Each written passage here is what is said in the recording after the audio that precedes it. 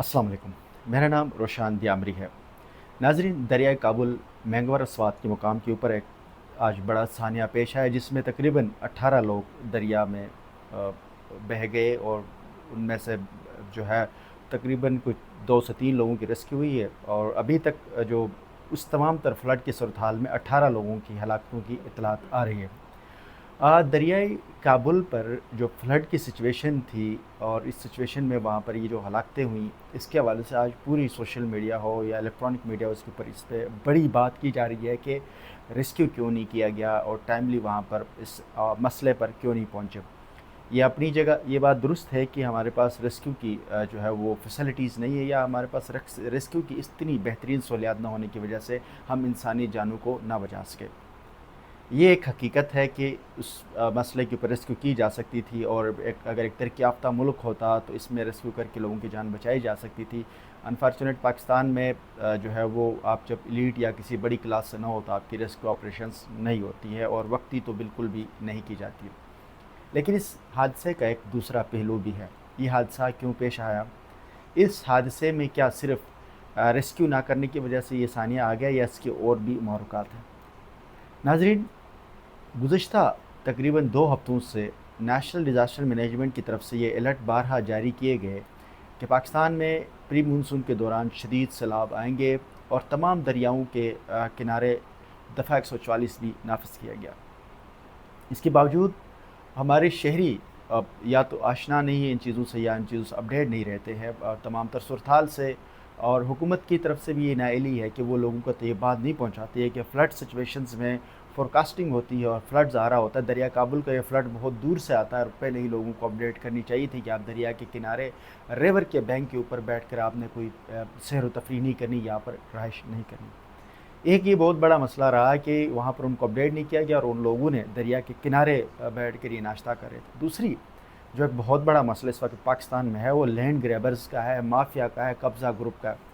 इन लोगों ने दरियाओं के ऊपर होटलें बनाई है और दरियाओं के ऊपर होटलें बनाने के नतीजे में ये है जब भी फ्लड आता है तो लोग उसमें फंसते हैं। फिर यही बातें चल रही होती है कि हुकूमत ने रेस्क्यू क्यों नहीं किया, हुकूमत ने इस तमाम तर सूरत हाल में एक्शन क्यों नहीं लिया और रेस्क्यू ऑपरेशंस वक्ती तौर पर क्यों नहीं गए। हम लोग इस बात पर तो हमारी मीडिया समेत तमाम लोग ज़ोर लगाते हैं, लेकिन जो असल मसला उस पर बात नहीं की जाती है कि वो होटल वहाँ पर बनने क्यों दिया गया और उस होटल में लोगों को ठहरने की इजाज़त क्यों दी गई जो इतनी रिस्क एरिया थी, और वहाँ पर उन लोगों को जाने किसने दिया कि जो एरिया में फ़्लड जोन था और दरिया काबुल के ऊपर फ़्लड जो है वो बहुत दूर से आता है। उसका हवाले से पता लग जाता है कि भाई फ़्लड यहाँ पहुँचा है, यहाँ सिचुएशन ये बहुत बड़ी जो है ख़तरनाक सूरत थी।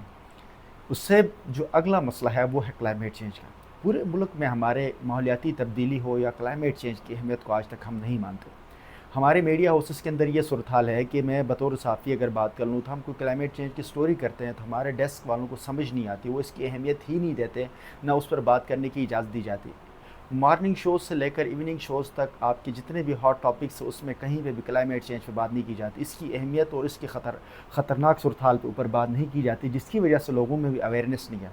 अब मीडिया के बड़े बड़े चैनल्स के डेस्क पे बैठे हुए लोगों को भी क्लाइमेट चेंज के हवाले से नहीं पता, उनको 2 लाइनें लिखनी नहीं आती। अगर जब तक रिपोर्टर उस पर बात कर ले तो वो भी उसको यही लगता है कि कोई फोरकास्टिंग को क्लाइमेट चेंज समझते हैं या वेदर अपडेट को क्लाइमेट चेंज समझते हैं, जिसकी वजह से सोसाइटी के अंदर क्लाइमेट चेंज और माहौलियाती तब्दीली के इन मसाइल के ऊपर कोई अपडेट नहीं है। नाजरीन, सवात में ये एक मसला पेश आया, ये सिर्फ सवात का नहीं है। अगर मैं आपको बताता चलूँ, लेक्सिस होटल है हुंजा के मुकाम के ऊपर, बिल्कुल फ्लड प्लान के ऊपर बनाएगी। इसके ऊपर हमने बहुत अरसे से बात की, हमने कई दफ़ा कहा कि भाई ये जो ऐसी लोकेशंस पे कंस्ट्रक्शन नहीं होनी चाहिए जिसकी वजह से तबाही ख़तरा हो सकती है। गुज़श्ता कल वहाँ पर ग्लाफ का एक इवेंट हुआ जिसके बाद बहुत बड़ा फ्लड आकर पूरी होटल के दोनों साइड को इन्होंने फ्लड के जद में आ गया। क्योंकि होटल जिस एरिया में थी वहाँ पर कंक्रीट की वजह से वो वक्ती तौर पर बच गई, लेकिन आने वाले वक्तों में कोई बहुत बड़ा सानिया पेश आ सकता है। कल की इस हादसे में तकरीबन 150 से ज़्यादा लोगों को रेस्क्यू करके निकाला गया।